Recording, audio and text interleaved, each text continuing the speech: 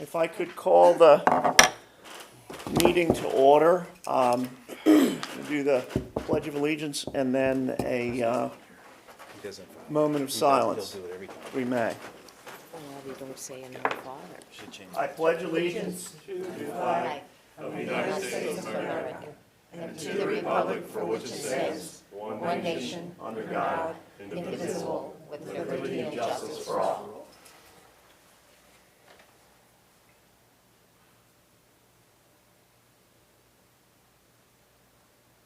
Thank you.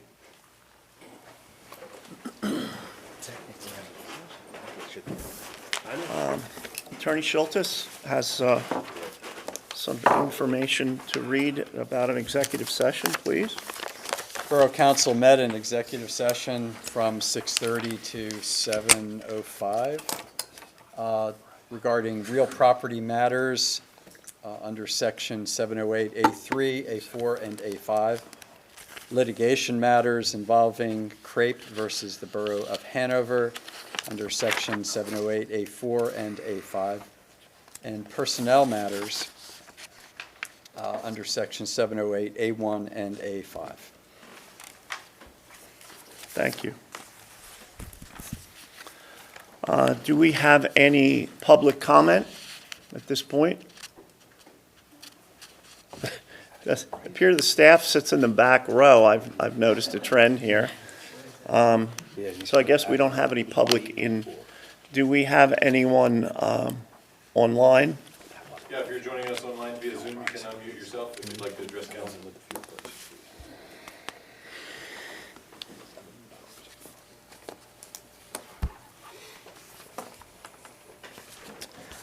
I guess that's a no. Okay.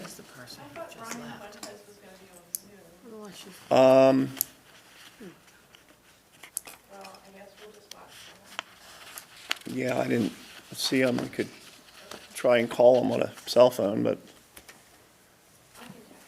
you have his, okay, thank you. Okay, with that, item 3 on the agenda is the consent agenda, items A, B, C, D, that would cover it. Could I have a motion So moved. and a second? Second. Thank you. Is there any discussion on any of those or questions on any of those items? No? Those in favor? Aye. Any opposed? Motion carries. Thank you very much. Next, presentations, interviews, and related actions. Jim Shelton, it's your first time on the stove. Welcome to the I'm stove. excited. Welcome. Welcome. And I can assure you, this man is well prepared because we've Good. talked about this quite a bit, so.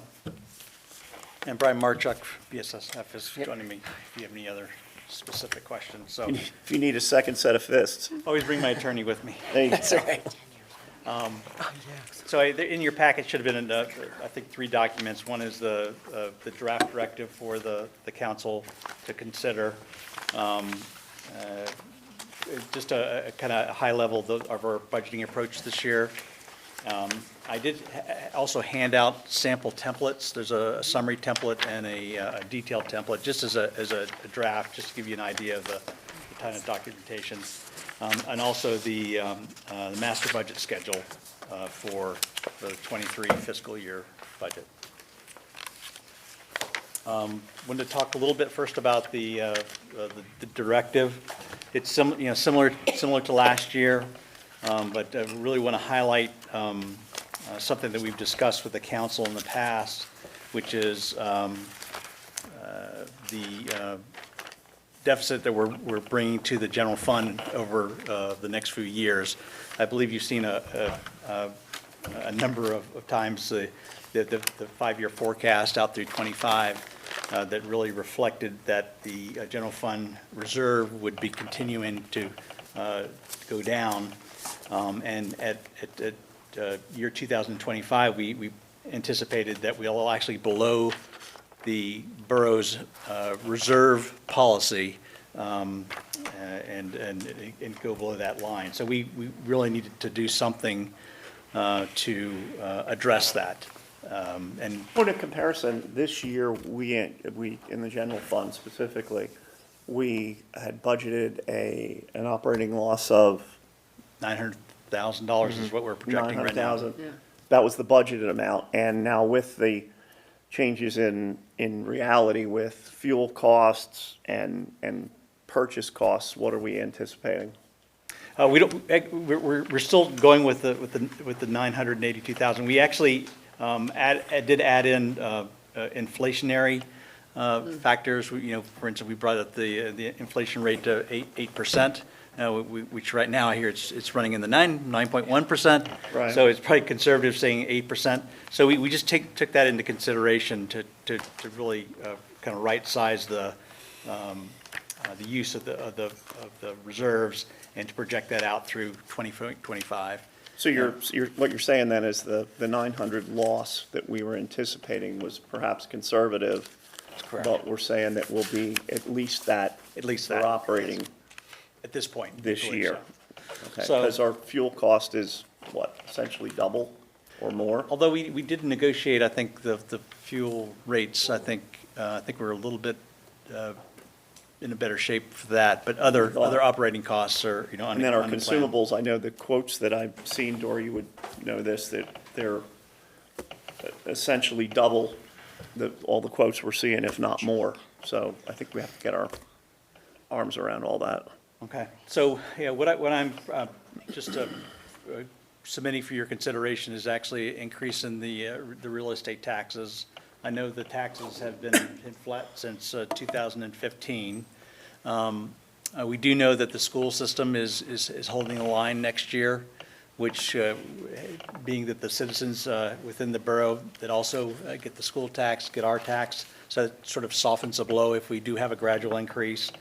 One of the things we looked at recently in discussing with our tax collectors, the per capita tax rate, our tax we issue, which only brings in about $53,000 a year, and we're supposed to be 53,000, but we're only at about a 56% recovery rate, and with the administrative costs, it's almost a break even, if not a loss.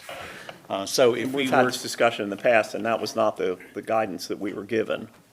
okay, that's reality. It's Yeah. pretty much, it's a wash. It's essentially a wash or a little bit of a loss. I brought that up before.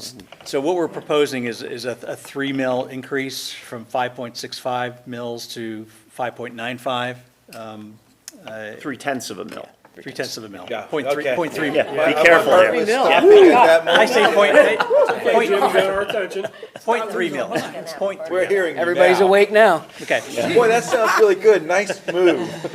Anyway, That would be, what is the average Yeah. household assessed value in the borough? $156,000 is the range. So what would that bring in? About $46.95 more per household. $47 per household per year. So if you had someone who had per capita and they had 2 people in the household and you took off $10 per capita. $10 to go, oh, it's only, yeah. Well, what's the net amount we're gonna bring into the borough then? 300-ish. How much? It's about $37 then, would be, I would think- be. No, Barb, No. Barb's Oh, asking is how much- 300,000. How much are we gonna get? About $300,000 a year, so about $914,000 over 3 years.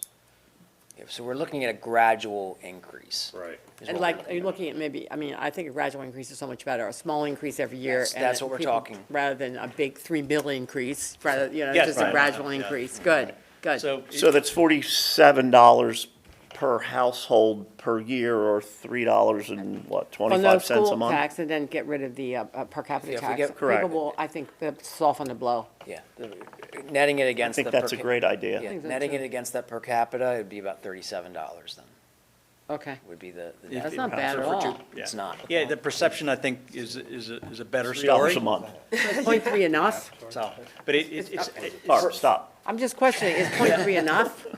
When Well, we but- continue to spend money and we only bring this amount in, is 0.3, I'm just asking. yeah, no, and that's a very good point. So, you know, I know raising taxes is not a good thing for people. They don't want to hear about that.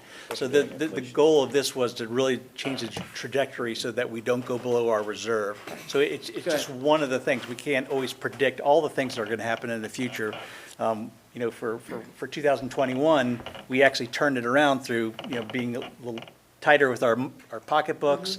We did get a rebate back from our health care, so we ended up with a surplus last year. That's great. They were predicting a deficit. So things can happen in the future, but this just builds a foundation of change, going gradually towards the right direction. It will not eliminate it completely, but it helps. So if the council's interested in doing more, Well, I would also want to see us still be very mindful of how we spend the money and still be very, Yes. very definite about and intentional about cost savings. Oh, Because absolutely. let's face it, we talk about these numbers as only being $40-some. Well, to some people, that's Right, a lot of money. that's right. and I, You do that every year, and of course, we're a 50% rental town, so, I was a landlord in a previous life. I know that anytime costs are raised, it gets passed along. So, I think we just gotta keep a combination of things to make us successful. no, and I think, agree I with you. think initially, I have to agree with Chris, but we are in a different era than we were 5 years ago. And I think everyone sitting on council knows it. But we are in a situation right now where inflation is skyrocketing. And we do have to take this into consideration. In the same time that you want to slowly raise, you're going to have to look at where you can save. And this is going to be extremely important because your taxpayers are not going to assist you beyond a certain realm. And you will be hearing from them, trust me. So we have to be fair on both sides. We have to maintain and try to cut back where we can on expenses and prove it to our taxpayers. And at the same time, if we need that, and it can be shown, which you just did, that's what we have to do, okay? No, I But agree. we are in a completely different area of life right now, because to go to a grocery store, young people with children have to make some dire decisions. Because you go into a grocery store, I'm sure you all buy groceries, right? It goes up every week. No, And it's- we're talking 13, 20, 25, 35%, and then you have fuel costs on top of it. We're all facing it. And we have to face it together, and I would sooner that the people of the borough join us. Maybe not wholeheartedly, but realizing why we have to do what we do. And we in turn prove where their money is going. Right. Okay. Now, Jim, you're not looking for a vote on this tonight. That would be next week? Yeah, Or- this is just for you to take a look at the directive, all the parameters in there, and as you said, Darlene, I really, in my third paragraph down, the borough needs to avoid any unnecessary and wasteful expenditures in the short term. However, we also do need to think about long-term. We need to be more efficient the way that we conduct business over time, because we do have a lot of antiquated processes. And That's what's going to be updated. that's what's going to help us in the future to maintain because our citizens are expecting a certain service level, and if we don't get more efficient delivering our services, then obviously it'll cost us more. So efficiency is what we're focused on long-term. Correct. Okay. So yeah, it's just for your consideration and discussion. It would be something we vote for next week. Scott, Ma'am. I'm just throwing out maybe, and this is just throwing this out as an idea, Okay. since we're getting rid of the per capita tax, that's a nice win.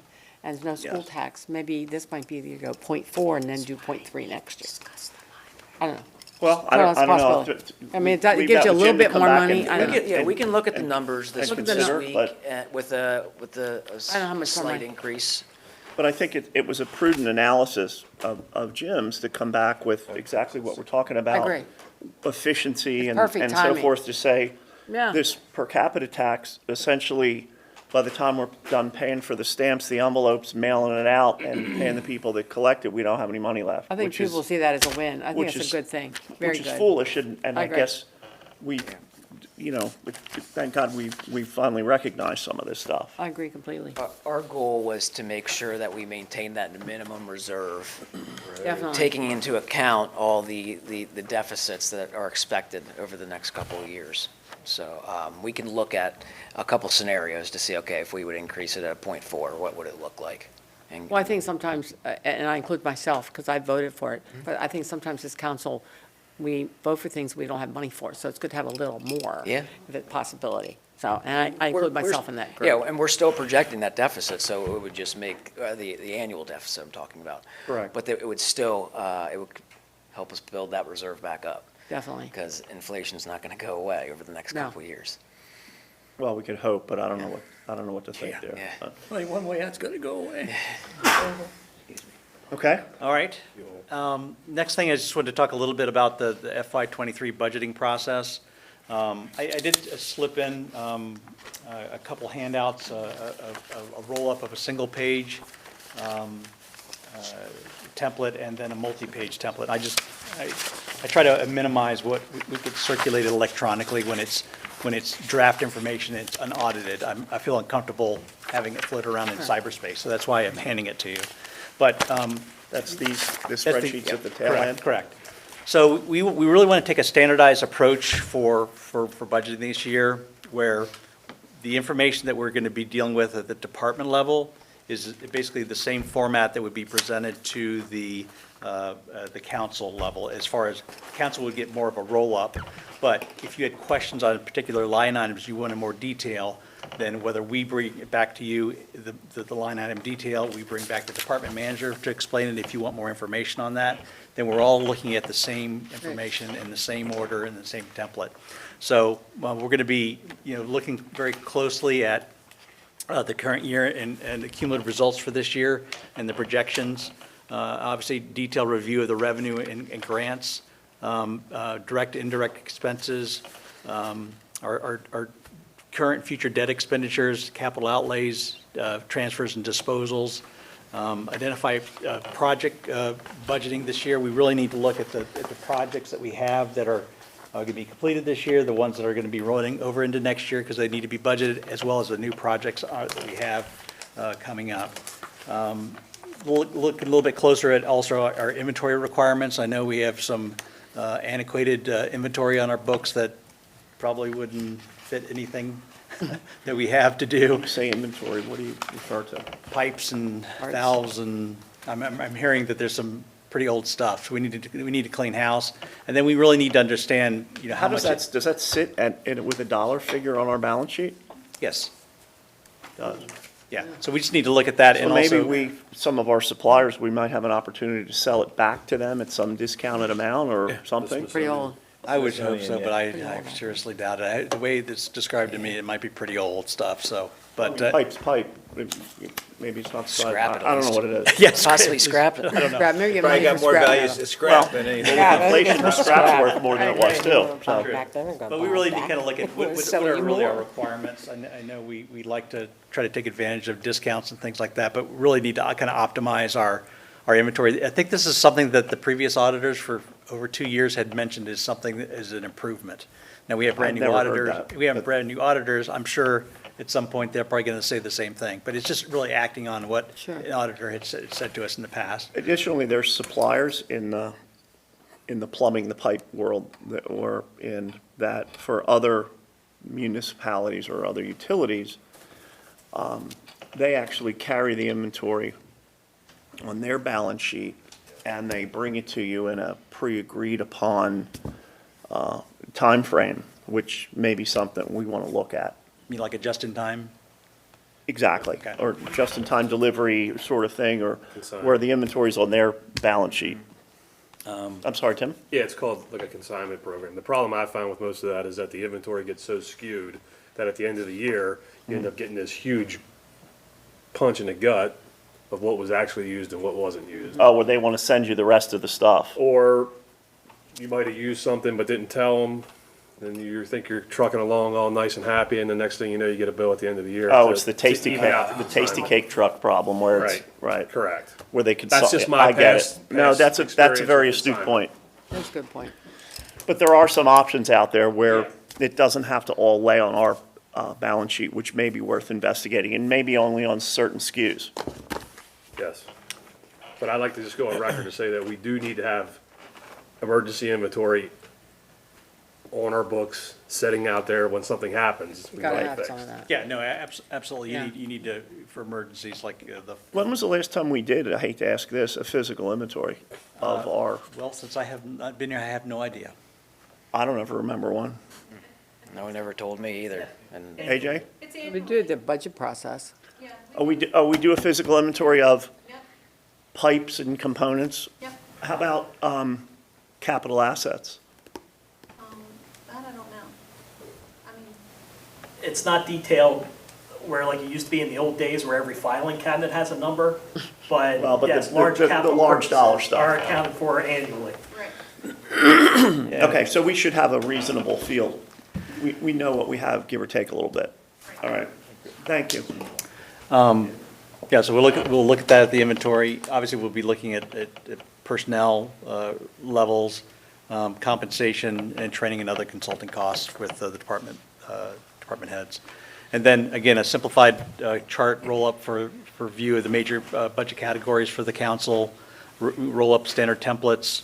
We can drill down when necessary to support additional information and explanation, and focus on prior, current, and future year cost trends, because one of the things we want to do with the budgeting is project out where we think we're going to be in a number of years, so that if we put something in place for FY '23, it's going to cause us to, the cost to go up further in the year, and it's like, you go, whoa, what's happening here? What's happening here? Well, that's something you want to look at when you're budgeting for the next year, as opposed to waiting until you've incurred it, so. So it's there's like a chance to- prepaid. Right. Well, it's just a chance to change the trajectory of where you're going long-term. And that's the other thing, is just the changing the mindset. Everybody is looking long-term, as opposed to, okay, my budget's done for next year, now I'll just worry about operations from now on. But we really have to think forward all the time. And again, all this is also to facilitate, make sure that we stay on time with our budgeting milestones that we need to meet as a municipal entity. So if you look at the schedule, just kind of highlights, so probably, within the week of the first week or so of August, we're going to get all the department heads' budgets wrapped up. September 21st is going to be our first draft review with the Finance Committee Council to go through the initial draft, getting input in between for any type of refinements and changes. October, Finance Meeting will go through a second draft to walk through of the budget. In November, it's actually the reading of the budget, ordinances, and for village rate review, variances. We need to advertise, obviously, in the local newspaper to be in compliance, and then by the end of the year, we need to vote on the budget, adopt it, so we can have it prepared for operations for the next fiscal year. Would it So be that- possible to have the budget vote prior to the last meeting of the year, in case we might want to change something? Because we're always, in my experience, kind of up against the wire. Well, yeah, if we were sooner, if we can agree, everything can be agreed and done in the month of November, that would be fine with me. So we've done November before. That would be I great. think that'd be prudent, don't you? So this is really just a I agree template with you. we've done in the That past. way we're not like, well, there's no other choice because you have to approve it It gives us within time the next also day. to study it. Yeah, okay. good. You think you could, So we will, Make that happen. Yeah, we simplified the process this year because we wanted to make it so it's easier for everyone to understand. We want the questions because. well, I like it it's when we're looking yeah. at it at the $40 Yeah. million down, as opposed to the 16 cost centers, and there's. Yeah, it's you're just so lost in confusing. the weeds, by the time you get to the top, you never get there. exactly, yeah, Yep. yeah, we can bore you to death with all kinds of details and narratives, but really I the think you bottom better line of the start at the numbers. top so- and work down, and then when there's questions, you can delve Exactly. into those particular areas. Absolutely. So any questions or concerns, or? I would just agree with what Chris said, just be very stingy when it comes to personnel. course. Absolutely. We need the right bodies in the right seats to do the job. Yeah, you do the Yeah. right And people. we have vacancies that have been sitting for a year, then something's up. Isn't that the right people on the bus and the right Right people seats? on the bus in the right seats There you go. and the right amount of money. Right. Recognize you only have so many seats. Limit your seats. That's another It's a addition. standing room only bus. On the way, we're also going to look at automations too. So we're going to look at stuff that's manual, get that manual stuff out. We want to get the automation there, have the computer do it for us, because that's going to start Right. cutting down man hours. And I realize And that it's a- costs money, but it also adds to efficiency in the long run. Yes, in the Yes. long run, that's where Well, it's going to make it up. and, yeah, a lot of the intelligence of what we're doing, directionally, when do you think we'll be ready to pull the trigger on the new ERP implementation? We're looking at, I think we're looking at sometime at the end of next year, I would say. Makes the most sense. Because So, Jim has to have the right people on board in the team, and my experience with doing a lot of those is you have to be able to pull it through the organization, not push it through. I agree with you 100%, yeah. Okay, good. And I think Jim, as long as Jim gets at least more than 1 year under his belt before we just start to change everything like that, so. Right. Why? Well, it's rather telling when you look at the ERP system we have today. I don't believe, but we have like somewhere between 5 and 7 users. Yeah, the other thing is we do want to have a new system that we have a lot more participation from everybody on the system. We want to give you a fishing pole, give you the bait, and let you learn how to fish a little bit. Because then that's a chance more questions come back to us as opposed to just when we have a face-to-face meeting. You're gonna have to get Mr. Maines and Yes. Mr. Grimm to become like regular users. Right. But we also want to simplify things such as also with the payroll process and the timesheet process. We're way behind on things like that, just from an operational standpoint, to make it Right. easier for us to run our operations. And definitely the focus, we have to have a good process for our billing. That's essential. That's our life's blood for the borough is bringing in the cash and the capital to run Well, operations. I can tell you, our customer base would be very happy to be able to pay their utility bills online without being charged $2 or $3 per bill. You know, that's, Well, we really need to look, because you don't need to pay that. That's- right, that's it's, an antiquated I'm process. laughing at ourselves. Yes, which no, is- I know. Which is It's- healthy, I think. But we need to make it easier for us and for our taxpayers to deal with it. But all those Our have to. ratepayers too, because there's more ratepayers than there are taxpayers. That's true. Right. We're on the right track. Yep. Thank All right, well, thank you. Thank you. Thank Yep, you. thank you.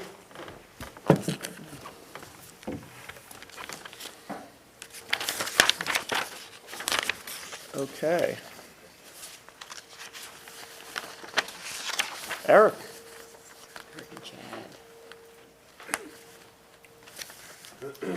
Well, I can't think of a better segue than cleaning up operations than to start talking about our antiquated water system and how to make it a bit smarter and Gonna how get to new make water. some of the efficiencies and operations and things that are related to our water department a lot better. And so Chad and I tonight are going to go through a very, very brief, I think it's about 10 or 11 slides, getting council up to speed on a project that has actually been in the works for quite some time, and that is the meter replacement project. And really what we're doing is we're using that as an opportunity to not just put new meters back in, but put meters back in that are actually going to improve our efficiencies and improve our operations, and to all the things that that Jim just talked about. You know, we need to get better with not only internally how we do these things, but externally we need to be better for our customers, and so that they can manage their data, so that they can see what their water usage is, so that they can be part of helping us help provide the services that we do. So if you can go to the first slide here, I'm going to let Chad go through these first couple ones here that talk just a little bit about the meter project and a little bit about where we're at with things. And then I will jump in and start to talk to you a little bit about some of the operational advantages that I think we're going to gain from this project. So if a lot of you don't know, the borough water system has about 17,900 flow meters currently in the system, and the system is currently growing. I mean, you know, there's a lot of construction in the surrounding townships, and it's adding more and more every day. What is a flow meter? flow meter, it assesses the flow going through from our water system into the house or residence or. There's the meter I have in my basement. Correct, Thank you. that is. And it's also, you have that in your larger customers. So, and then, also you see the borough water system, they're, like I said, it's growing and antiquated with obsolete communication protocols. So, as you know, right now, we currently hand read every meter within the system, quarterly. As I said, rapid growth of new customers in the municipalities, and it exceeds the ability for the staff to fully effective capture manually the reader readings. So we try and have one person dedicated to staffing to read all the meters throughout the system. Now, with the system growing at the rate it is now, we have to add extra staff to that to get it all completed by the time the 20th of the month is usually the approximate day Tammy in the office likes to have it to start the water billing process. So if we're not, in line to finish up within that 20th of the month, then we add extra staff to help the individual kind of finish out the routes. And this is an opportunity for us, the council and the borough, to grow our revenue outside of taxes with, expanding our utility account base. So this is all good stuff. Correct. But only with the new system, not with the old system you have in place now. Okay. Because to do that means you have to take on additional costs in staffing and operations in order to do that. That's silly. Do you have a projected amount of how much that cost would be? He gets there. We will, yes. It's on slide 12. Oh, there. sorry, I'm ahead of the game. You're ahead. Okay. Good question, I'm with though. you guys, okay. So, Go ahead. next slide. So, we did a comparison of 3 different meter companies. One is Neptune, one is Badger, and one is Census. We currently purchase meters from Census, and we currently purchase some meters from Neptune. All 3 vendors have a lifespan of about 20 years for the residential and 10 years for their commercial meters. All 3 vendors offer the same warranty, 10 years commercial and 20 year for their residential on the batteries. 2 of the 3 vendors use a radio technology, while the 3rd uses cellular. And also 2 of the 3 units have non-replaceable batteries. So that's one of the things we came up. They're fairly the same in all regards, but if you flip over to the next page, the vendor that we found that makes the most sense for us and the most accurate is the Neptune meter. One of the reasons for that is that meter does not have a battery like the other 2. So we don't have issues like we currently have sometimes when we put in a new census meter. A month or 2 later, we're out taking manpower to go out to the residents or the commercial customer to replace that meter register because the battery has died. That's the little black cap that's on Correct. top of the brass meter. Correct. Bronze meter. So it takes time. We have to set it up with the customer, get into the homeowner's house or, commercial property, and then change that out. Now, we can send that back to the supplier and we get a refund for it and we get a replacement part. But that's time that we don't have. Right. So one of the reasons we wanted to go with the Neptune company is that they do not have the battery in the meter. So what we're doing is it's all mechanical, and it's been proven for a number of years. I mean, it's been in service for years and years, over 20 years. So it's There's no battery in it. no battery in that meter, correct? Interesting. So it uses, I guess, the flow of the water to generate Correct. some sort of a kinetic. Yeah, I actually Power. had it written down and I forgot what it was, It's but called a nutating that's it. disc. What's it called? It's called a nutating disc. It's a disc Okay. that sits inside the meter and it Right. wobbles. Oh. As it wobbles, it turns the spindle, and the spindle turns the meter part. And it works? it's- So we it's generate the difference. electricity with the water flow, essentially. Generates the meter.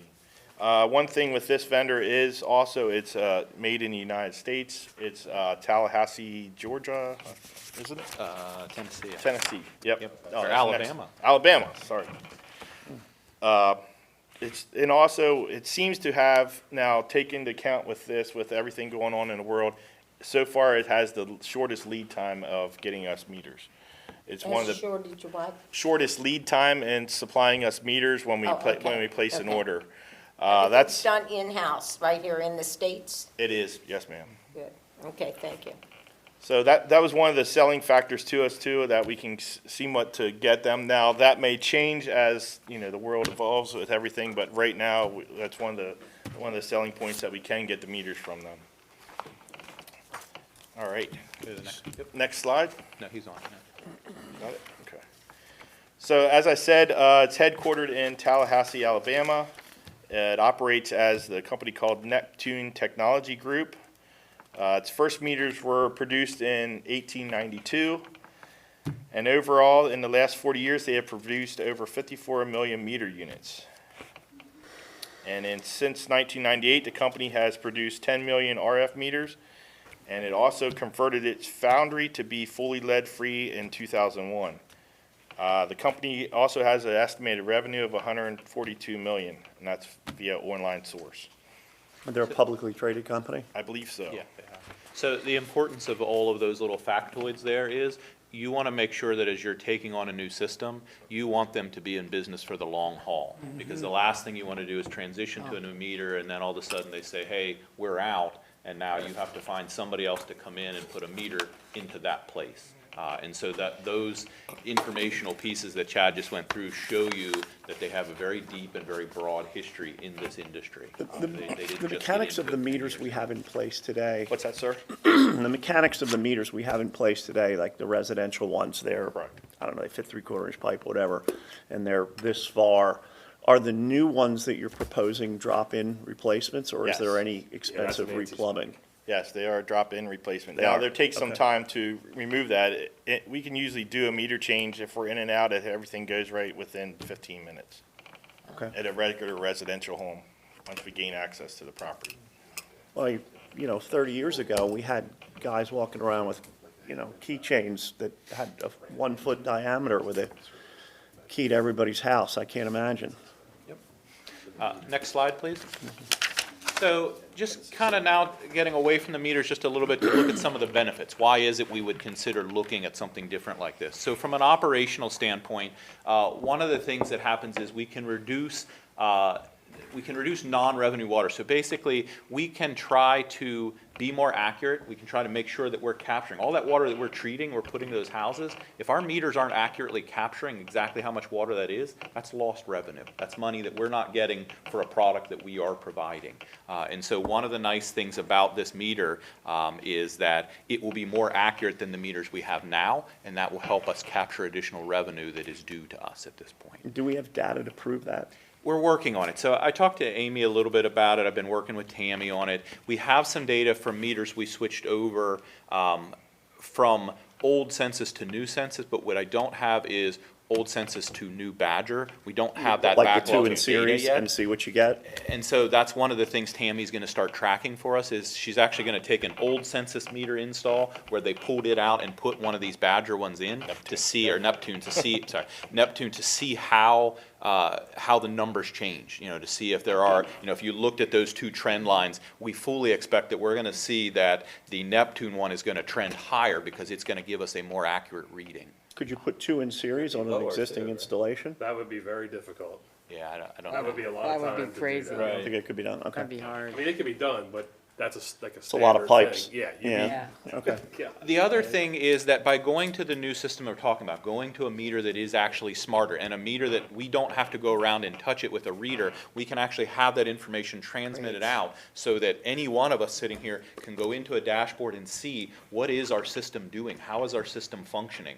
And we can, for the customer side, if we see some weird anomaly where we're like, hey, you know, their trend line was like this and now all of a sudden it went up, we can reach out to them and say, hey, I'm not sure what's going on at your house, but we're seeing, not that we're going to be 24-hour-a-day cops for it, but certainly we can start to look at trends and help the customer make sure that they are not seeing something, and then they have to come in front of council and say, hey, woe is me, I didn't know I left the hose on, can I get forgiveness for, you know, X 100,000 gallons of water that may have dumped out? And certainly, as we know, we need to be better with that. In support of Eric's position here, I recently have a house that's in the PP&L smart meter electric reading thing. And I went online to look at what the electric bill, and it's really cool because they're new smart meters. Now granted, they're electric meters, but the concept is similar. They show me every day how much electricity we use, not approximately, exactly how much that 24-hour period. And it was a house that we don't go to that often, so you could see, you know, when we're there and when we're not. And actually, Eric called me to talk about this, like, the day after I'd had this revelation with the electric meter. And it's really remarkable, and it's very informative. Like, you know, this would tell you if your toilet was running or, you know, whatever you had left on. Eric, I have a question. We're putting in or testing, I'm not sure if we're the pipe flow detection for leaks. Yes, the correlating leak detection. Correct. Does this interface with it? It does not interface with it, but it adds an additional layer. So what happens is, with us now being able at the meter level to see whether or not we have leaks, because it will show up as either reverse flow, or we'll see something that tells us there's a leak at the meter house level. We also then out in the system will have the correlating leak detection that tells us as a system. So as that water's traveling not from main to house, but from main to main to main to main down through, we'll be able to actually see it now at 2 different levels. So it gives us an additional tool to be able to help make sure that we're not having system leaks where, again, every system leak, that's just lost revenue. You've already paid to treat that water, and now you're just putting it back in the ground again. So they don't talk to each other directly, but they do add together to help us. Next slide.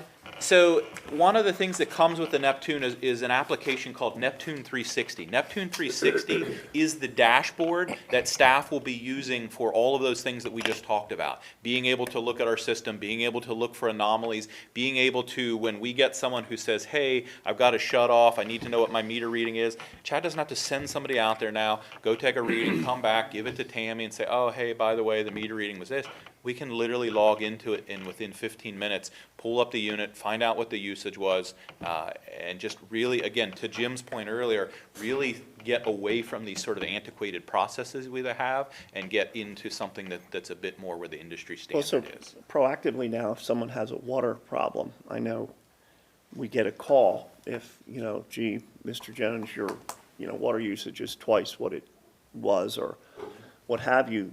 This could be done, we could create a set of exception reports, if you will, and if you had, I don't know, 48 consecutive hours or whatever the parameters is that you choose, it could essentially do an automatic dialing to say, Mr. Jones, your water is twice what it is your toilet running type of thing. I don't know that this system's going to get to that level, but what it could do is exactly what you just said, but it can put it in the customer's hands. Because one of the things that's happening in the third quarter is Neptune is releasing a customer dashboard. And that customer dashboard is going to allow you as a customer to set things like low and high limits, so you know whether it's a low usage or a high usage. It's going to allow you to go in there and see what your trend is. I don't know if any of you have ever looked, but if you log into like Columbia Gas, you can see the little bar graph on Columbia Gas that'll show you where you're at, where you were at That's only on a last year monthly this time. basis with the reading. And you can This kind of could be refine daily? those things. So this new dashboard that they're working on, I haven't seen the prototype of it yet, but I talked to the people and they said, you know, it's really, the industry now is trying to put the data back in the customer's hands, to let them be the ones who are in control of what their usage is, see where they're at, and how they should manage their thing. And especially as we talked about finances and all these things, you know, you'll be able to look at that and see, hey, am I trending towards a lot of usage? Boy, maybe I ought to cut those showers back. Maybe I ought to cut other things. All in an attempt to try and lessen what it is you have to pay for things. And right now, you're seeing, Tammy's not, or we're not getting a hold of the customer until a quarterly basis, till it's read again. So you have a lot of time span with there that you could have a water leak out of residence that maybe you went to Florida for 2 months or whatever, and you don't know that. There, if you're in Florida, you could log into this system and say, oh, my water usage is up. Maybe I need to send somebody over. Will you be able really to, nice, Ben. like the That's really nice, Ben. electric company, remotely turn the water on and off? That's nice. I don't, There's a huge cost to be able to do that. Using less water. So that's not in what we're proposing, It's not. no. because the electric company can do that. Correct. That's like the next evolution. We're basically trying to take that baby step to get into a system that is just a smarter system. Okay. If you go to the next slide, the next slide just talks a little about what we were just talking about, the new Right. customer interface that's going to allow you to look at trends. It's going to allow you, if you have multiple properties, you'd be able to go to the same interface and see how those properties are functioning. Next slide. So one of the other things that I know certainly this council's sensitive to, Jim was alluding to it too, is we have to then look at our workforce. We have to look at that force that's going to manage those meters, because certainly their role and how they function in all of this changes some. Now, we have one retirement that will be coming up next year. They are 100% dedicated to meter reading. That's a position that will be lost to attrition. We won't need that if we move forward with this, because all of that reading then can be done at a remote level. It's not done at the other level.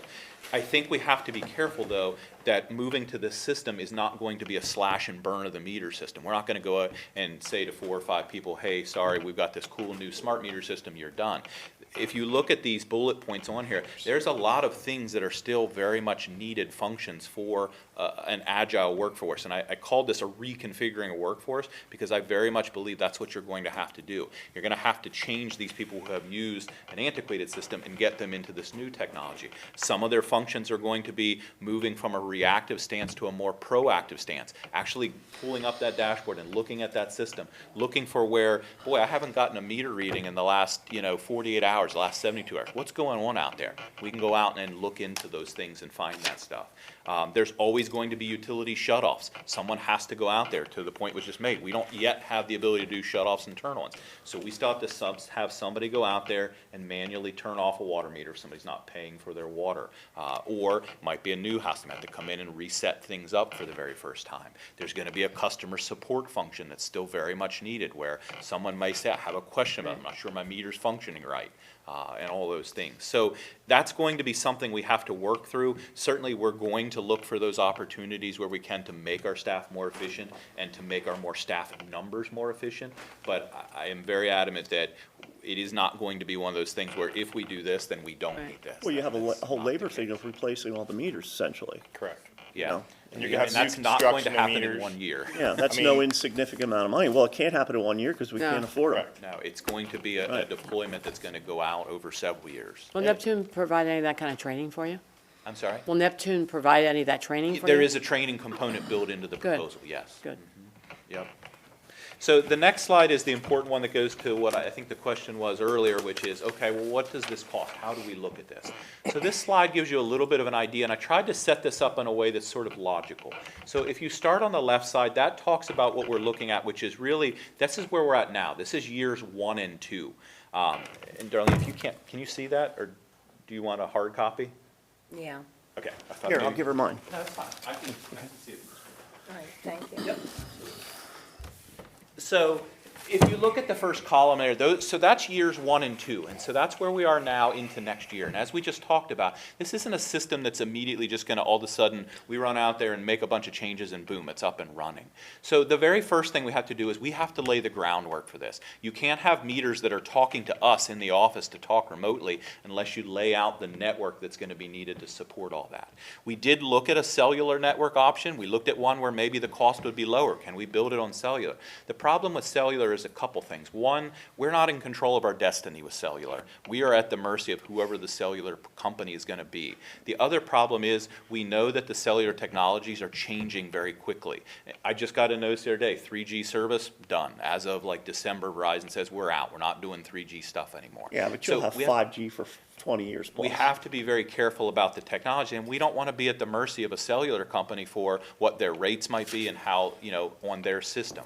If we build our network, we're in control of that, and then we can make that investment initially. So the first sort of upper leftmost box talks about what I call, in quotes, the network. The second piece of it, which is really the most expensive piece, is the installation of the meter transmitters. These are the devices then that are transmitting that data back so that we don't have to go out there and touch those meters. So how all much the is a time. typical 3/4-inch residential meter of these new ones, bought in volume? 5/8 is usually your residential, and that's probably, I think it's $160, I believe. And that's for the the mechanical and the RF portion of It's it? not the RF. I think the RF is more, I have to dig that number up for you. And can we retrofit our existing meters, the bronze meters, to take the census block off the top and put a new Yes, you can. Neptune block on them? Yes. Ah, that's a big plus. Yes, the census meter in essence could stay, and the RF transmitter to connect to the tower that will go on the exterior of the home will be able to connect. And you do not need to change those meters out unless So they're we keep the due. brass piece, change the black No, piece up we on won't it? change that at all in the house. We would just have to go to the exterior portion, and the RF transmitter on a regular residential home would go on the exterior of the property. It replaces the magnetic coupling outside. It's just a plastic current coupling on it. So, and then in a meter pit area, that would go underneath the meter lid, and it would transmit that way. So you don't necessarily need to get into my house, for example. Unless your meter's at the age that it needs to be replaced anyhow, then we would want to come in and just replace everything. Oh, so this replaces the outside magnetic coupling with an RF piece? Correct. Nothing, So the meter that's currently in there that's interesting.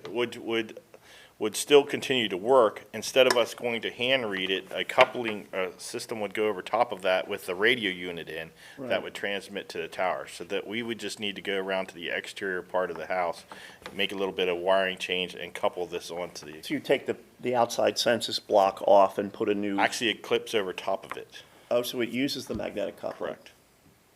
And the goal, and part of what will be part of this, is actually to go through a prioritization to look for where are the meters in our system that are, the first thing that we're gonna talk about, which is the third one, is where are large meters? Because if we wanna get a return on our investment, we want those to be the most accurate meters. So this strategy looks at going out to the large diameter meters first and making the investment in swapping them over to the more accurate Neptune meters. Then what we have to start talking about is how do we then, in years 3 through 15, start going back out and identifying neighborhoods and saying, okay, let's get this area of meters back up to where they need to be, and let's get to this area. That's again going to be something that's not going to just be sort of a shoot from the hip. We need to really kind of talk about that and make sure our strategy's, pretty sound for that.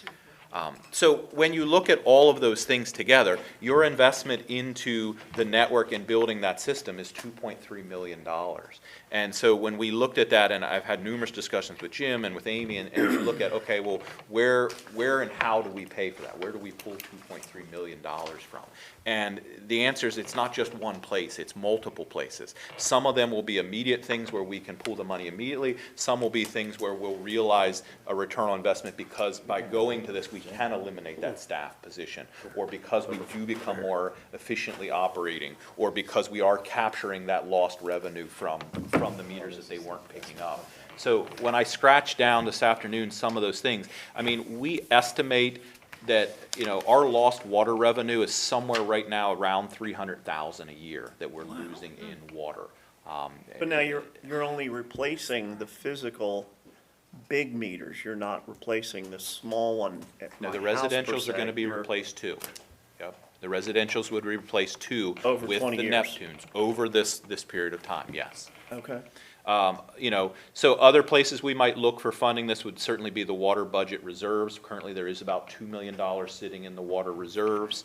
The attrition of the meter staff, I mean, that just in and of itself is about $70,000 with just salary. Then you certainly add benefits on top of that. That becomes a substantial portion, and that's not a one and done. That's a long-term thing that you're not paying.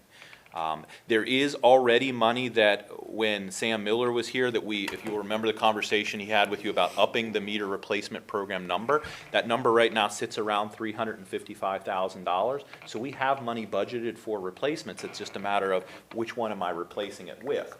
But some of that money can also be brought into the conversation about paying for the network costs. We also know that we just had the PUC rate case.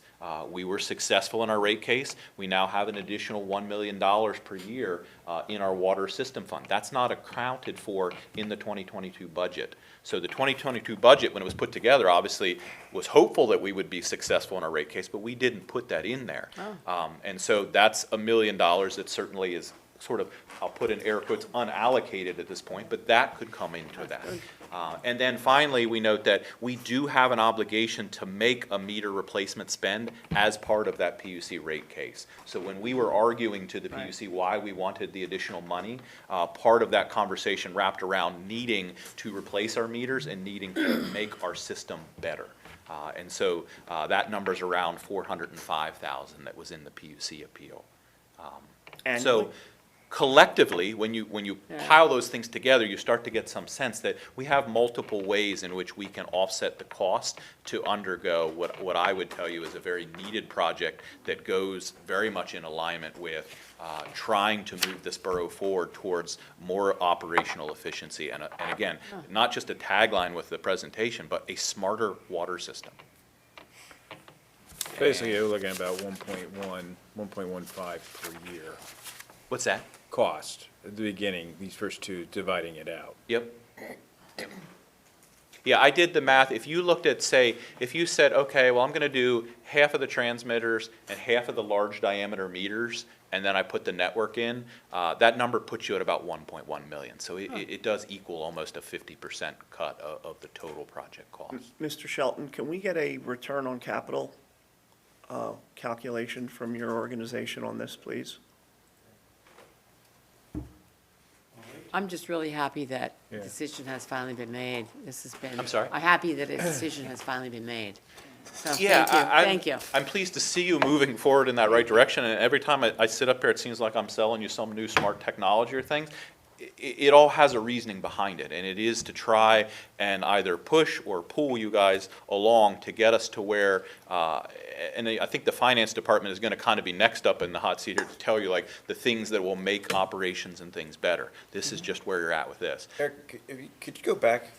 One, I was just curious, what do you think, I mean, this is a 20-year program?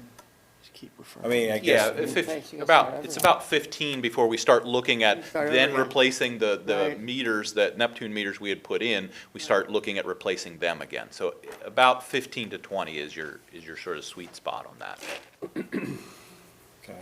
And so when you see that year 16 and beyond, what we're starting to do is, then we're saying, okay, well, let's put a dedicated budget item in there so that we don't have this large spend into the network. We're building some of that capacity up by pushing our meter replacement number up to about 550,000 a year. So help me with the math, what do you think, what is the total program cost over a 15-year period? All meters replaced, Yeah, I all mean, that's network. That's what we're going for, right? I don't have that, I can get that, I'd have to sit down with the spreadsheet, because the different meter diameters, I'd have to pull up their costs and things to get it. I Well, can that do would be in Jim's ultimate return on capital employed calculation, I would hope. I can provide that to him if you'd Okay. like. Do we have any kind of a guarantee on the cost of the meters that they won't go up? Well, right how's now, that work yes, out? because right now we have these numbers are built off of an actual proposal, so these aren't estimated or what Okay. other communities. We actually, our vendor is called Rio. We've gone to Rio, we've sat down, we've talked about the whole thing. These numbers are right out of a proposal. I don't know that they're gonna hold that proposal for a Sure. long period of time, which is partly why I'm asking for it now, is to say, hey, let's Right. get started on this, because we know everything is getting more expensive. now and store 'em. So the Right. timing is right. And one other question I have you talked to anybody else who's used this vendor? Are they happy with them? I mean, have you checked with anybody else who uses Neptune, that support is there? I haven't, I know the one slide there we have, that they're in about 4,000 different water Right. municipalities across the United States. The selection of them was kind of predated me. I do remember I would come in for Stormwater Authority meetings, and Water and Sewer were talking about it, but I wasn't involved in that, so I'm not sure. Yeah, we had somewhat discussions. Oh, with them. good, because it's always good to see, are they as Correct. good as they seem to be before Yes. you invest this kind of money? Thank you. Yeah, and another thing that the vendor, who Rio also said, that a lot of the companies are actually going to them to get meters also right now, because Okay. they can't get meters at some of the other companies, but Because these are made in the United States. Okay, great, thank you. Thanks, Chad.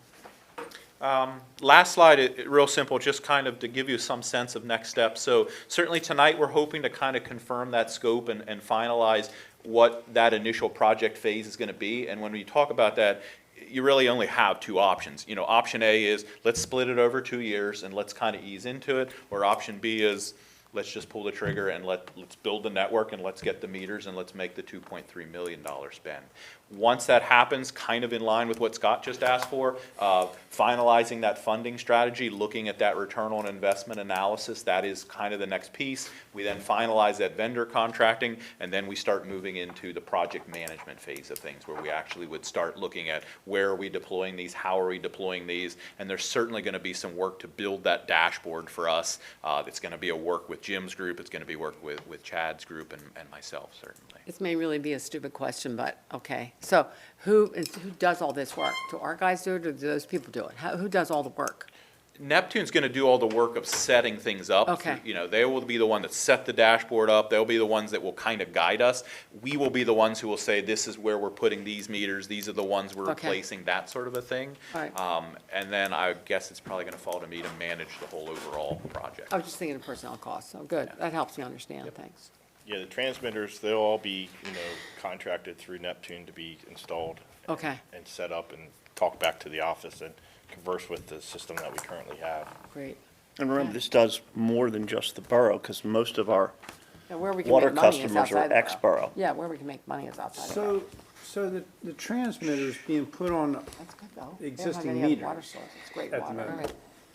Correct. How can you expect that to give you different numbers? So we won't get the more accurate readings if the old meters stay in place, but the goal is to replace those meters over time. So we talked about a 15-year period where we want to be out there pulling the census and putting the Neptunes back in place. So for you some will- period of time, I'm just getting the advantage of the radio read, Yeah. but ultimately, I really want the radio read plus the more accurate reading. Right. That's what I'm ultimately after. But you're also assuming that none of the meters read high. As far as when we do our tests now, because currently when we remove a meter, we have 30 days to test it and keep track of that. That in my experience, and the guys can hopefully back me up in this, that they have always read low, not high. Okay.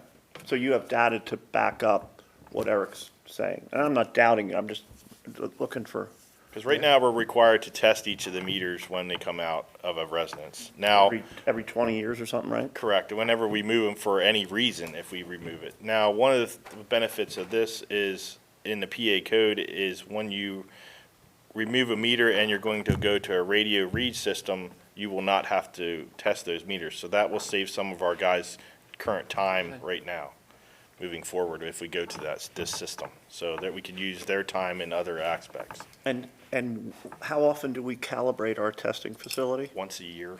And we're we have an required to. outside calibration firm? Correct. And everything's got stickers and all that on it? It does. Okay, cool. Any other questions? No, I think it's a good job. I'd just like to see the return on capital number from Jim. Because I remember the original proposal was over 10 million. Thank you both very much. Thank you.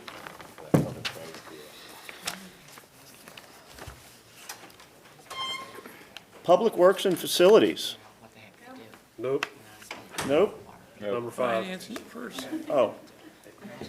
Wait a minute, am I on the wrong page? Number 5. Heard this again. Approve the recommendations from me, I guess, to move that to council.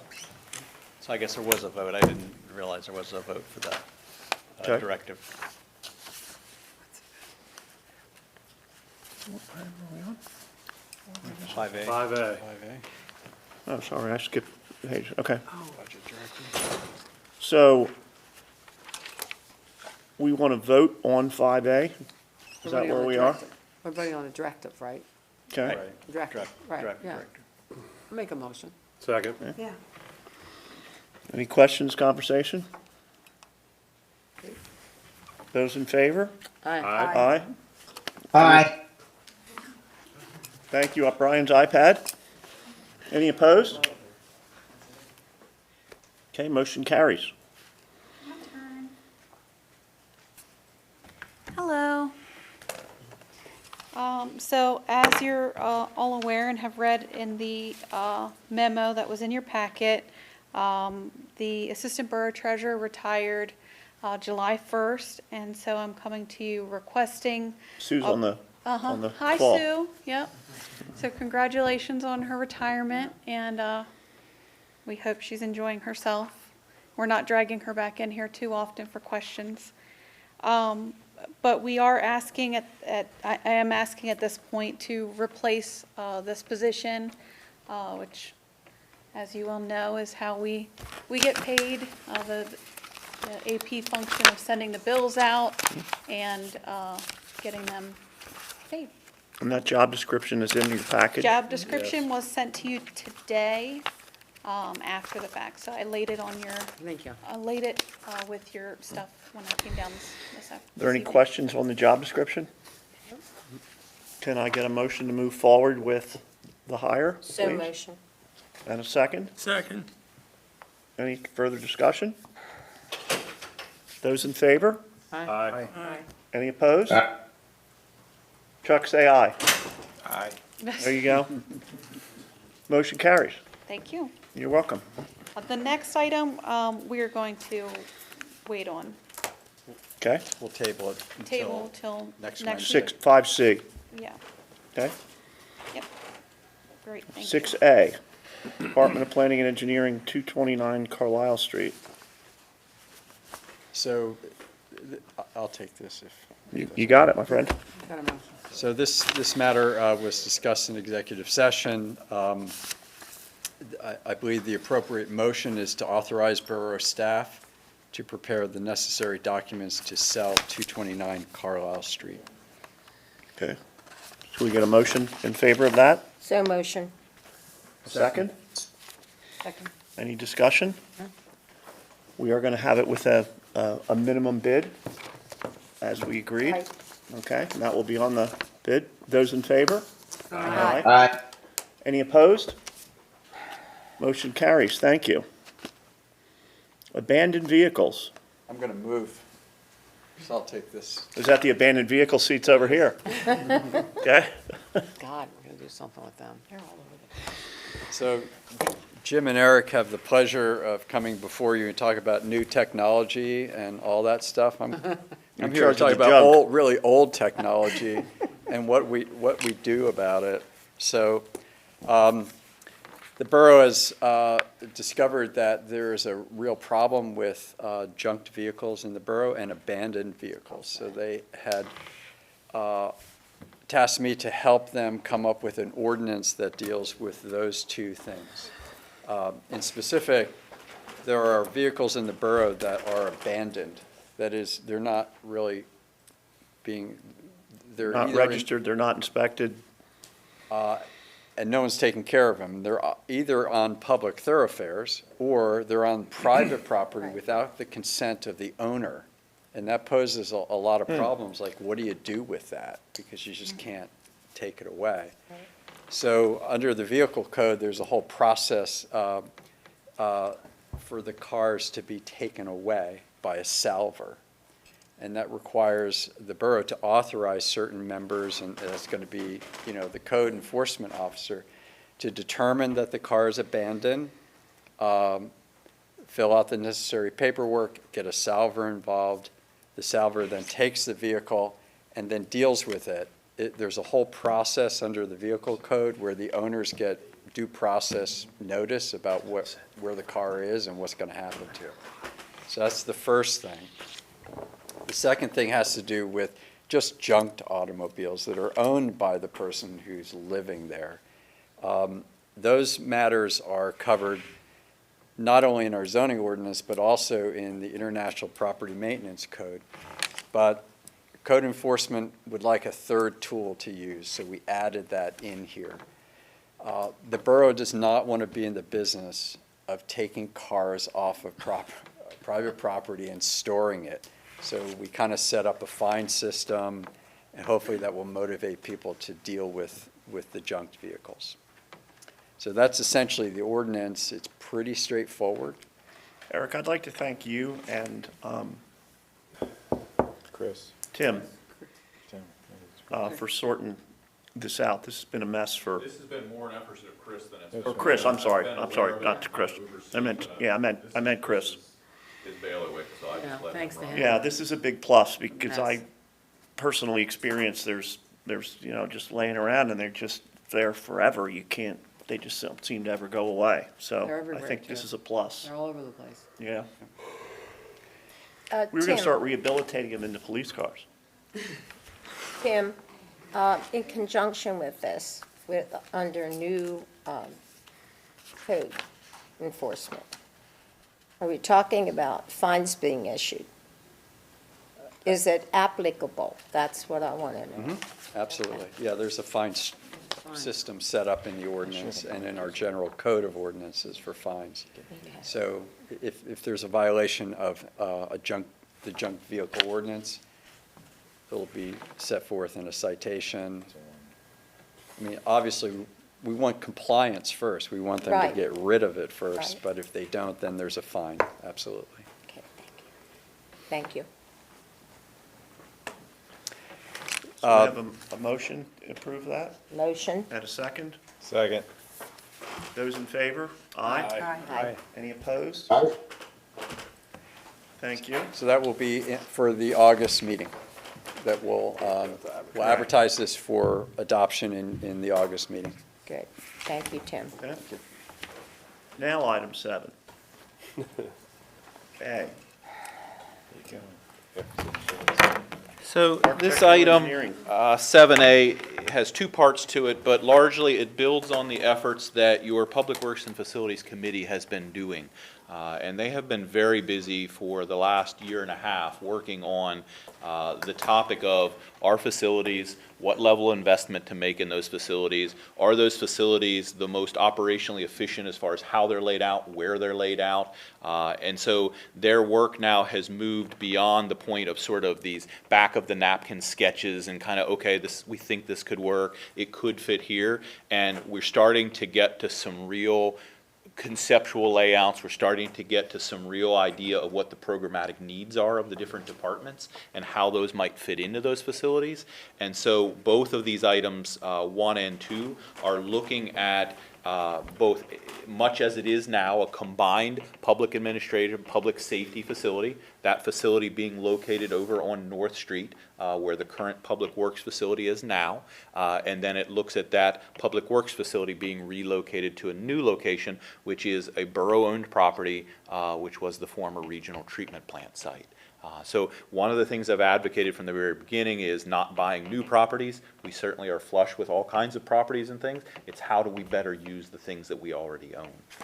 And so the ask for here is not that we're going to start construction next week. It is so that we can continue doing the very necessary work of planning, the very necessary work of getting with the different department people, getting with the different staff members, and making sure that we are as refined as possible with what we're proposing. You know, we certainly hear and take very seriously the idea that, you know, we don't want exorbitant facilities, we want operationally efficient facilities. We want things that function, and we want to make sure that our staff members are safe, and we want to make sure that the public who uses these facilities as they interact with staff, that they are safe.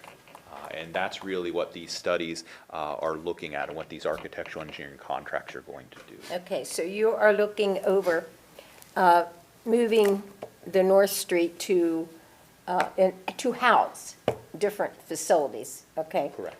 Thing is, what about traffic? What about, you're in a very tight area there, very tight. You have the railroad tracks, you have the library, you have the Eichelberger Center, you have traffic passing through on Railroad Street from York on down through, going into the mall areas. I would like to see an outcome of this as to if it would be efficient, if we would have more problems centering all that together. And the only reason I'm saying that, I said it before, is when I was on the school board, we found out that when you build buildings very close together, okay, into even that industrial park out there, it was atrocious with traffic. And I know Tim would agree. And so when I sat there, they were trying to figure out what to do. They actually went out to the industrial park and asked them if they might consider changing their times of both allowing, you know, starting times and ending times, which didn't go over good at all. Okay, it didn't go over well. And so finally, a long time after I was off, okay, they now have the busing system. So that has taken a lot of that, right, Tim? Traffic away from that area over in there. But when the people involved in it, those who knew what they were doing, okay, said to us, wherever you concentrate something in a tight area, you are going to experience this. So that's the only reason I'm bringing this up. I can tell Is you, it going- Darlene, as the Public Works Chair, that is something we took into consideration. But the one thing that we like to stress too is that trying to get out, in and out of 44 Frederick Street Yeah, I'm thinking the same thing. It ain't worse. is not, this is 44 Frederick Street, is not the best Yeah, I here. know. So we're trying to alleviate some of that by the location being over Well, there. I look at it as both having a Yeah, problem. but we're looking, we are definitely looking I look at at the that. problems from both, okay, and we do have problems there, Tim. So I'm just saying, if we're going to do a change, and we're having problems already here, Less traffic. and we realize it, are we reintroducing it over there? And I don't I have the mean- answer because these Okay. studies are the very thing that are going to look at those sorts of things. So again, what we've been doing to date is really look at things inside of a bubble. We've kind of just said, all right, what does a department need? Can that fit in that space? What might it conceptually look like? That's as far as we've gotten. Okay. The next step, and what these studies are now going to do is, they're going to actually now start to look at how does that interact with the landscape where it lands? How does it interact with our zoning code? How does it interact with building code, fire code, safety code, UCC code? All of these other codes and things that guide these projects, they haven't been looked at yet. We literally have just been putting So the squares on a traffic- floor plan and saying, okay, yep, that's Okay, good, that so- makes an office, office, office. Okay, so that's to come. That is the next Traffic study and piece of it. everything At is the yet end- to be. At the end of this exercise, what you are left with is what's known as a basis of design. And that is, we've vetted those things out now. We're ready to start moving forward with, okay, let's get the construction drawings. Let's get this to a point where we might be able to start then thinking about how we're going to build this and how we put it together. But you have to go through this piece first. You have to go through this study piece to look at how does it interact with things. So the police department would not be considered in this move. They would remain. It is considered. they No, it's in absolutely- there. They would go Everything. over there. This building is empty in this Yeah. proposal. They're gonna, what they want to conceptually do is design a new box that consists of everything here, the police and the Fire, EMT. fire, EMT, admin roles. So now I'm looking at the jeopardizing of the taxpayers' role in having their taxes. No, We're no, looking at no, again, no. just- It's all going to boil down to the taxpayer money at the very end, okay?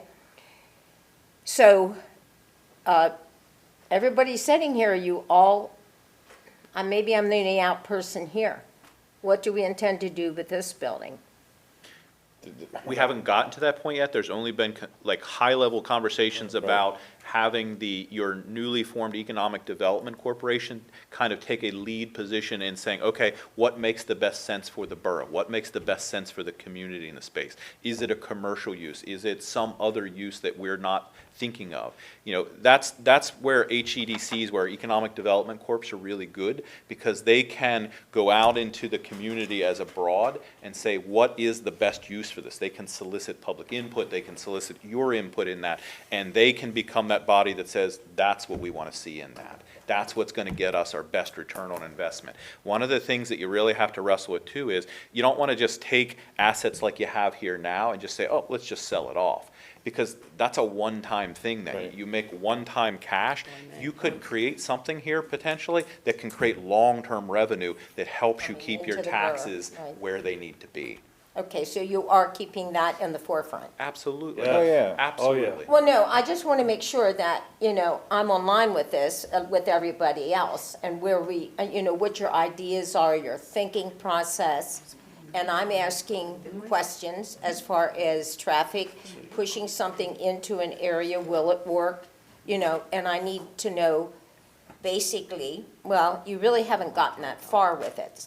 So it's just in the baby steps We have at the figured out beginning. that the operational needs of the police department, of the fire, for the emergency operations center, and of the public administration office, we have determined that they will indeed fit inside, as Scott said, the box that we've laid out on that site. We know that that will work. Would there But now be you have to potential for look at. growth in that box? That stuff has Can- been looked at as part of the Can you grow program. from that?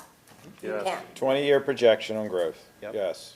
Okay, that's all I wanted to Yeah. know. Yeah, we've been Okay. busy. We've been busy working on things. All right, thank So, you for Chris, answering my The questions. fire department portion of that, is that, I'm wondering, are we gonna be able to get Penn on board to fund half of that?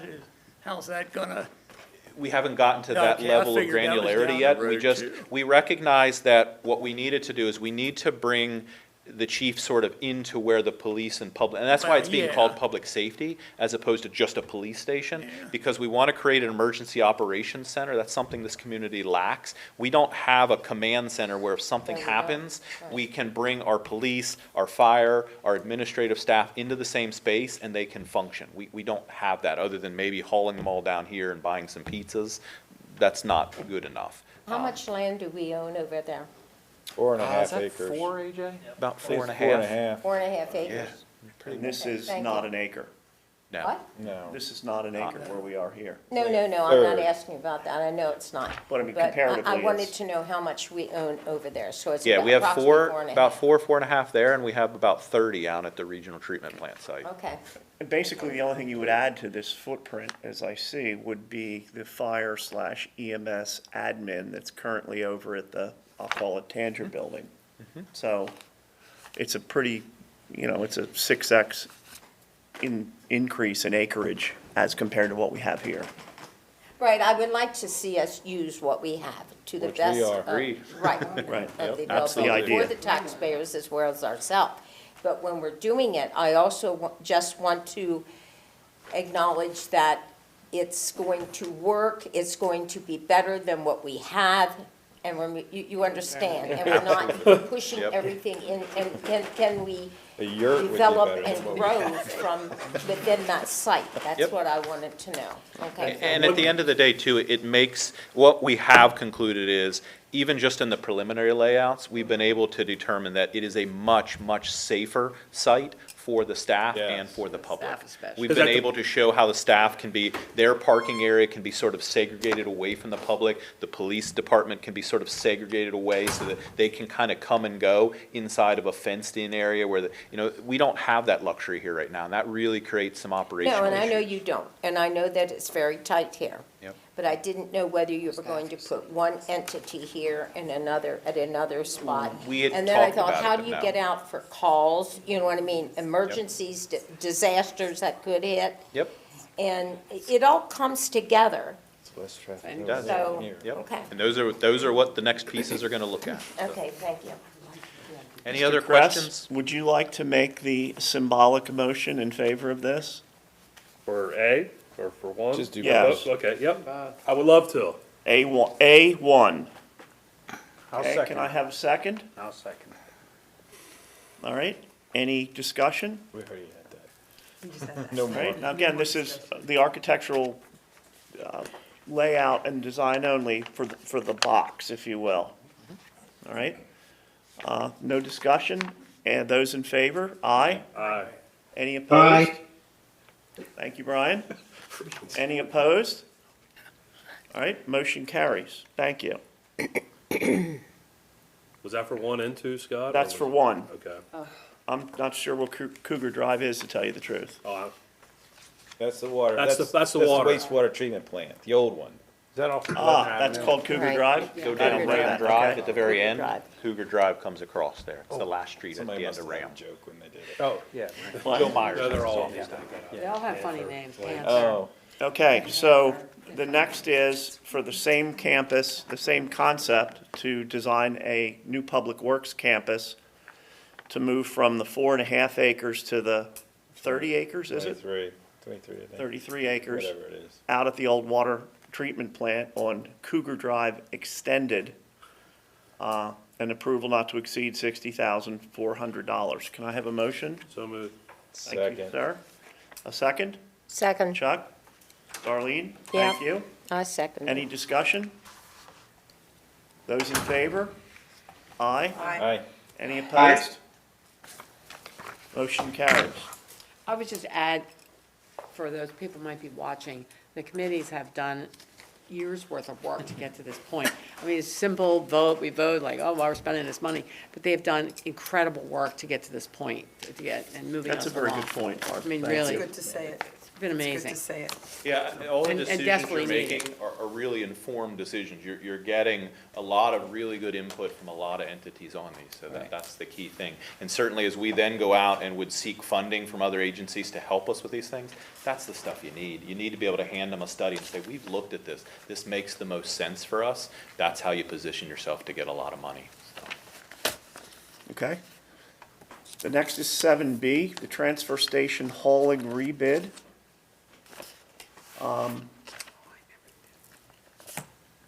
I believe it says here, award the bid to Double W Farms LLC at $220 per trip. Is that correct?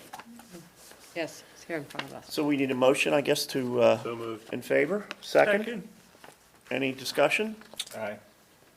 Aye. Go. Aye. Go. Go. Go. Those in favor? Aye. Aye. You're now Chuck, it's aye. Aye. Any opposed? Okay, Any longer, we'll motion be ordering carries. a Thank pizza. you. He's hungry. Number 8, Tim, you're I'm back getting ready for angry. more water meters. Or Eric, did we just talk about this? So this is just building on the presentation, but this just puts an action item to it now so that, Okay. that we get some sense of where you want to move with that. All right, so you want 8A, water meter initial infrastructure investment at a cost of some number. I think that, if I may suggest, that would depend on Jim's calculations that we review in a week from today's meeting. Is that a reasonable position, that we're sure we have a good return on our capital employed? All right, we kick that down the road that we should have a good financial decision, So you table it till next week? if we may, please? Maybe next week. I mean, I think we gotta get moving We on it. do, but Well, I don't disagree. Yeah, Yeah. but But next week? I'd like to see us have we Sure. said we're gonna spend this, and we said it's gonna save us this, and then hold ourselves accountable to that 2 years from now, because I think that's been lacking in some things sometimes in the past. We're making a pretty big commitment, so, good. Absolutely. 8B, water main replacement project. Is this replacement or relining? No, this is replacement. So this This is is, digging. yeah, this is what was budgeted into your budgets for water main replacement. So if you'll remember, each year, we do some lining and we do some work where we actually have to rip the pipes down the ground, put brand-new pipes in. All of this was really slightly delayed. Certainly, the material supply shortages have really hurt us with this. We are 8 months out on getting hydrants anymore. We're anywhere from 3 to 4 months sometimes to get 8-inch ductile iron pipe to put in the ground. So that's what's kind of caused this delay, but normally this is a discussion we would have in February, March, and we'd be out there already putting it in the ground. We are just now finishing up last year's relay job and now bidding to get ready to do this year's work. So we opened up bids, we did a competitive bidding process. EK Services, I'm pleased to report, is the apparent low bidder. They are the one doing the work right now. They've been doing a Great. really, really good job. They have a really good relationship with all of our staff.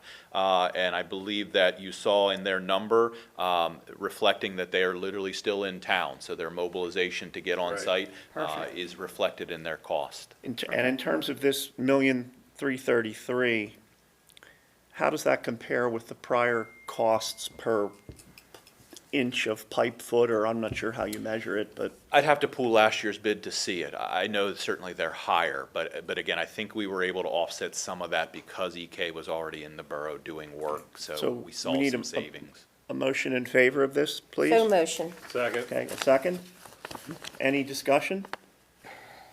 I'd just like to ask, could we get a comparison to the prior year's costs for tomorrow? It is what it is. They're the low bid, but I think it's important that we know and Jim knows what the price increase looks like on a year-to-year basis, so we're aware of that. Those in favor? Aye. Aye. Aye. Any opposed? Aye. Thank you, Brian. That also, as I mentioned in the water meter discussion, was part of your PUC rate case, that you had to make a certain investment by the end of this year into that. And that This is going to count. covers our commitment. This counts towards it. It's not Okay. certainly all of it. Okay, then the next one is 8C, 22-23 water main cleaning lining contract to J. Fletcher Creamer and Sons, $946,000 via CoStars. Can I have a motion So in moved. favor? So moved. Okay, motion and a second. Any discussion? No discussion. Those in favor? Aye. Aye. Any opposed? Motion carries. Thank you very much. Do you want the same cost comparison on You wouldn't lining? mind? I think it'd just be I can pull. prudent. Yep. You know, I'm not saying put a whole lot of time in it, but it's, you Have to pull know, last year's bids. thank Scott, you. we gotta go back to 8A for Dory.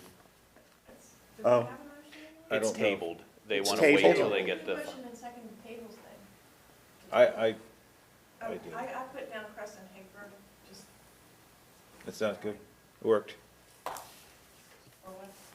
It worked. it's tabled based on our new controller's analysis of the return on capital employed, and we'll vote on it next week.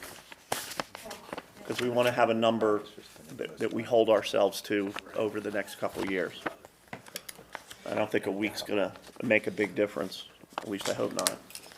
Number 9, for the EDC parking demand study, approve a contract with, I don't know who THA is, at a cost of $46,000 to be funded through the Capital Projects Fund. Eric, you want to explain? Yeah, I'll give you to some us? background on this. So if you'll remember some time ago, August of 2020 to be exact, we did a parking program study. The EDC led that, and that really was a top-down look at your parking program, and out of it came a number of action items. One of the most recent that we just implemented was the move to the passport parking system. That came out of that parking study. One of the things that is being asked now is to take a look at what we call parking demand, actual demand. What are the needs for parking in Hanover Borough? And the reason we're having that conversation is we're trying to get to some discussion on this perpetual question that floats around: do we need a garage? Do we not need a garage? Do we have enough capacity of parking in the borough? Do we not have enough? And if we don't, and maybe it's not enough for a garage, but if we don't, what can we do to help overcome some of that? Well, an interesting thing just happened, a dynamic, which I think changes perhaps quite a few things. The Club 2000 closed and now is selling, I don't know, surgical clothing or something or another. Well, it didn't close. They didn't close. Yeah, they were They're bought. sort of in the back. I was gonna say. Oh, okay. I didn't know. Is it, so they're still Somebody doing bought this? part of it in the back. It got so- moved to the back. Yeah, it Okay, moved to well, the that back. wasn't, that's not obvious from the front of it, and I'm No. not a, No, it is a not. health club kind of guy, in case you can't Yeah, tell so that. this demand study is gonna look at those uses. It's gonna look at actual uses in the borough, not only now, but it's gonna look at them in the future. We need to have a conversation about what ultimately HEDC does with the State Theater and what that may Right. become. That has to be in that study so that we know that it's in some way supported. We may very well get to the end of this study and have the conclusion, okay, we're not yet ready for a garage, but one of the things EDC asked the consultant to put in there was, help us understand what metrics, what little triggers might we know that maybe we're getting close to that point where we are ready for a centralized parking facility. I will say, And at a though- minimum, it certainly helps inform our efforts with the zoning ordinance. I will say, though, about studies, I get pushback from my fellow council members that, God almighty, another study? And I believe we've done now, this will be the 3rd parking study of some form or another. Only 2 under Mike.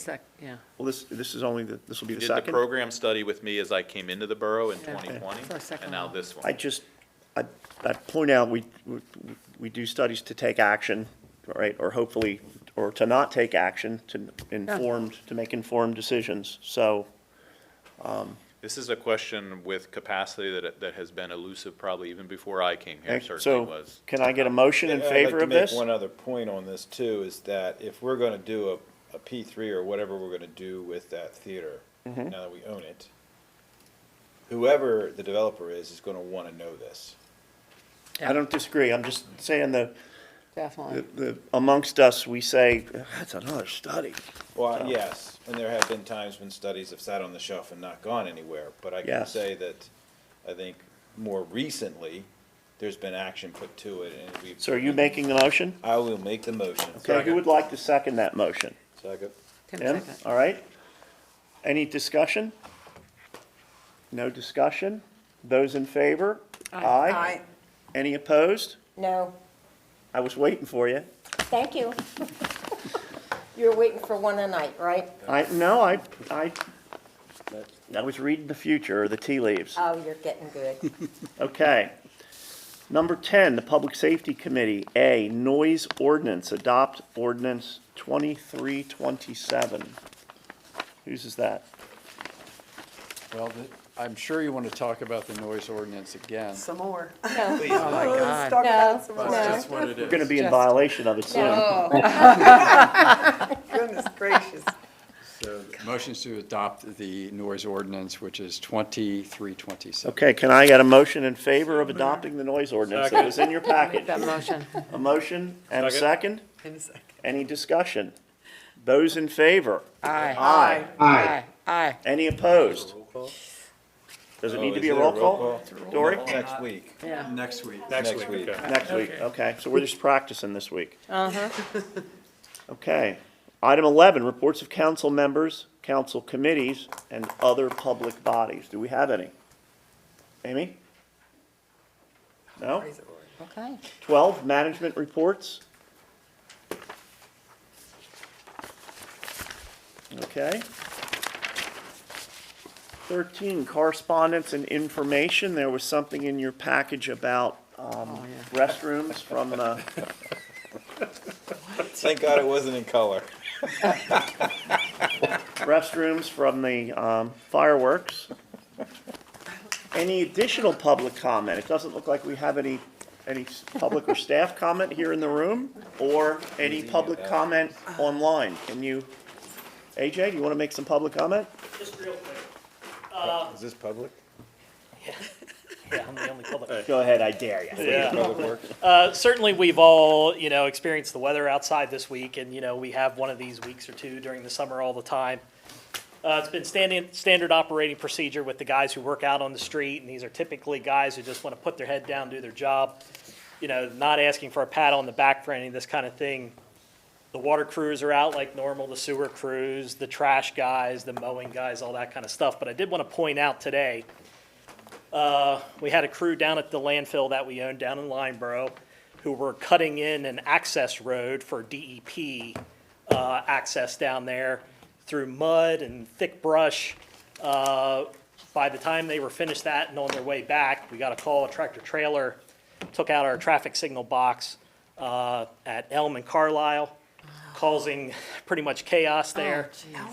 Fortunately, the chief had his guys there right away. Sergeant Brady was there. He was able to track down the truck. So you caught the person that did it? Yes, which Nice. is, great, to help kind of recoup some of those funds. So the police get that information. Lori takes that information and, we track down the insurance and try and get all that. So those same guys that were down there cutting a road in this weather all day had to wrestle with a stainless steel box in this afternoon sun. It was probably Certainly- 1,000 degrees. Yes, certainly nothing to envy between them and the police. What really should have been a 24-hour downtime for that intersection was about 3.5 hours. And I wanted to point out those guys, Terry Muntz, Joel Krentler, and Justin Bohr, above and beyond to stay there and get this done, pull some strings, get Med Ed out on the scene, and get that intersection back up and running. And then, as I said, the paperwork to follow, where we have been really aggressive with the insurance companies in trying to recoup a lot of these funds. So I just wanted to point that Well, out. to your Thank those point, and guys. I mentioned this Thank to you, but I wanted to say this, the town for Dutch Days this weekend, I thought looked outstanding. The streets were swept, the They look trash good. cans were I out. think the store might have washed a fair amount of it away I mean, too. we're Talk gonna, about a next year you're in torrential charge of the rain. weather Bad. too. Yeah, right. We'll work But on that. it did really look nice. I also understood we had 240 vendors, which is a new record. The prior Yeah, a record, whole lot of Gary new said was people. 226. That's what he said. And last year, I guess still sort of the COVID thing, we had, I think it was 164. he said. So, you know, congratulations They to did a all. good job. They did a Yeah, great that's job. the chamber's big moneymaker for the year. So, nice job. Jim, you are looking, I've left message with Amy that we get a look at all the costs for that, so we're sure this is the big event, but it's a good, I believe, example to use, so we get a handle on all AJ's costs, all Chad's costs, all Tony's costs, and the cleanup. So we're able to, you know, the people having the events are able to be responsible for the costs involved. Thank you. Okay, that brings us to point 15, adjournment. So motion. So moved? Okay, well then, wait a minute, where's my hammer? 8:45, thank you all.